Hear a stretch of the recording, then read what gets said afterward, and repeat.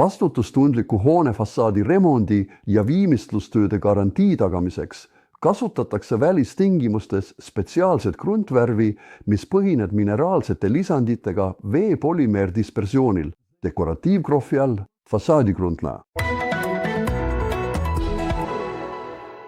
Fassaadi kruntvärv on valge värvusega vedelik, millel on nõrk lõhn. Vedelikku ei saa lahustada, kuid seda on lihtne erinevates vahekordades veega segada. Fassaadi kruntvärv ise ei sütti ega põlele. Fassaadi kruntvärv võimaldab kerget veeauru ja õhu läbilaskvust ning seda soovitatakse eriti selleks, et struktuuri tugevdada, see tähendab anda suuremat tugevust, kõvadust ja kulumiskindlust nõrka tugevusega mineraalsete materjalidele hoonete fassaadi pindadele.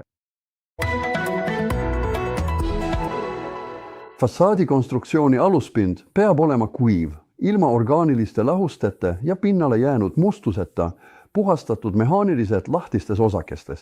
Fassaadi pinna kahjustused ja ka nakket takistavad materjalid tuleb enne fassaadikrundi pealekandmist eemaldada. Fassaadikrunti segatakse enne kasutamist hoolikalt ja kantakse ühtlase kihina peale, pihustades rulliga või pintsliga. Fassaadikrundil tuleb lasta pärast pealekandmist kuivada vähemalt 3–4 tundi.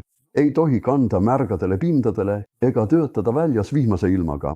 Kuna krundi koostis sisaldab polümeere, on krundi normaalseks kõvenemiseks väga oluline, et õhusuhteline niiskus oleks alla 65% ning töödeldava pinna temperatuur oleks üle +5 kraadid Celsiuse järgi.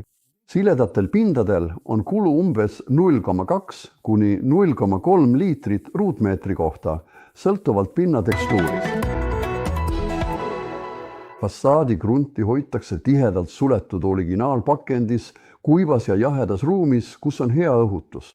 Säilitustemperatuur on +5–+35 kraadid Celsiuse järgi. Kaitsta külma ja otsese päikesevalguse eest. Ärge hoidke alumiiniumist, vasest ega nende sulamites anumates. Säilivusaeg on 1 aasta.